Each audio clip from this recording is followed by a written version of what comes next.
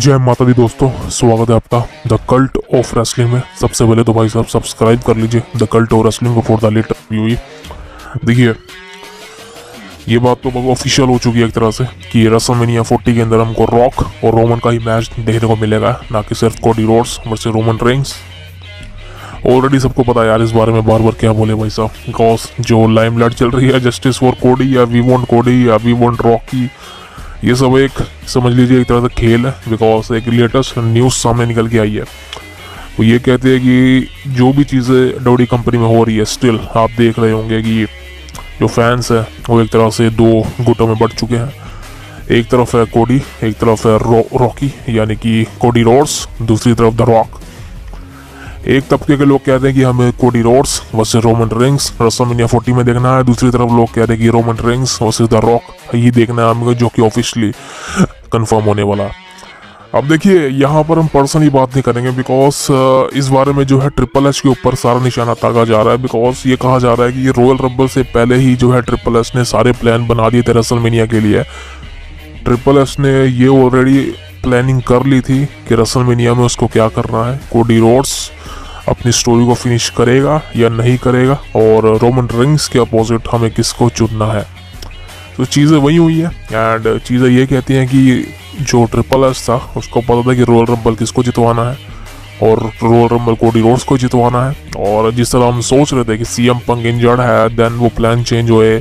ये रिपोर्ट, ये न्यूज़, ये जितने भी रेसलिंग ऑब्जर्वर हैं ये सभी इस बात को झूठा बोलते हैं और ये कहते हैं कि भाई साहब ट्रिपल एच ने सब कुछ प्री प्लानिंग कर रखी है और जैसा वो चाहता था वैसा ही हो रहा है। जिस तरह का रिएक्शन वो फैंस से निकलवाना चाहता था फैंस उसी तरीके से रिएक्ट कर रहे हैं।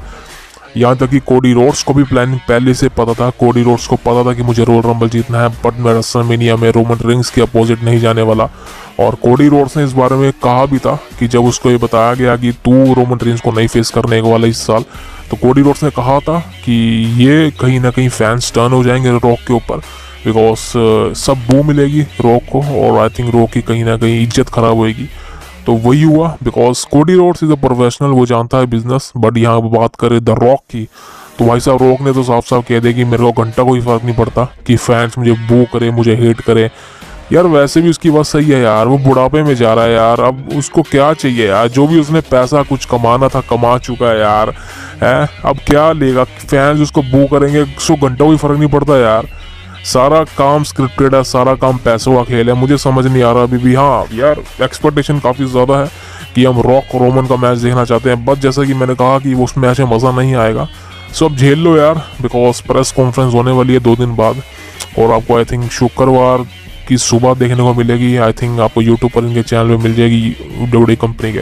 दैट्स इट, देखते हैं वहाँ क्या होता है। बट ऑफिशियली है वहाँ पर रोलेंस वर्सेस कोडी रोड्स का ये मैच ऑफिशियल होगा नाइट 1 के लिए, एंड उसके बाद जो है Roman Reigns versus the rock का मैच ऑफिशियल होगा। दैट्स इट, बिकॉज वहाँ भी कुछ ना कुछ हो सकता है, लेकिन यार प्लानिंग तो वही है भाई साहब, यही होने वाला है। बिकॉज एक रिपोर्ट सामने निकल के आई है, वो रिपोर्ट ये कहते हैं कि कोडी रोड्स का फ्यूचर है, कोडी रोड्स चैंपियन बनेगा। वो मैं आपको अगली वीडियो में बताऊंगा कि वो कैसे बनेगा, कहाँ बनेगा, लेकिन इस साल कोडी रोड्स चैंपियन बनेगा अनडिस्प्यूटेड। या जी हाँ, रेसलमेनिया से वो चैंपियन बन के निकलेगा, वर्ल्ड हैवीवेट चैंपियन, बट वो अनडिस्प्यूटेड चैंपियन ही बनेगा। कैसे कब सब बताने वाला हूँ, बट दिस इज ऑफिशियल। अगर आप अभी सोच रहे हैं कि आप हैशटैग यूज़ कर रहे हैं, करो यार, लेकिन भाई साहब जिस तरह से ट्रिपल एच चाहता था वही हो रहा है। और अब ये सारी रिपोर्टें इस बात को इशारा कर रही हैं कि ये रेसलमेनिया 40 के अंदर रोमन वर्सेस रॉक ही देखने को मिलेगा।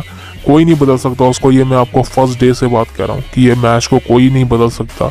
और फैंस इसको रिएक्शन दे रहे हैं, भले ही खराब रिएक्शन आएगी। वो कहते हैं ना कि भाई साहब रिएक्शन मिलना बहुत ज़रूरी होता है किसी को, चाहे वो ख़राब ही क्यों ना हो। समझ रहे हो ना, अगर किसी को रिएक्शन ही ना मिले तो वो फैंस की नज़रों में वो मैच है ही नहीं।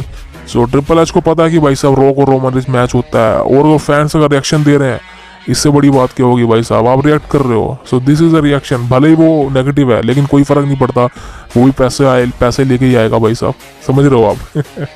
So this is a thing, and जितने भी लोग हैं कोडी चाहिए, रॉक चाहिए, भाई साहब छोड़ दीजिए, आप कोई फ़ायदा नहीं है। आप समझ रहे हो ना, हमने जितना करना था कर लिया अपने चैनल के माध्यम से, लेकिन एंड ऑफ द डे ये सब एक स्क्रिप्टेड शो है, आपको पता ही है, और रियलिटी नहीं है। हाँ एक फ़ैन फॉलोइंग होती है, लेकिन चलो छोड़ो यार जो भी है।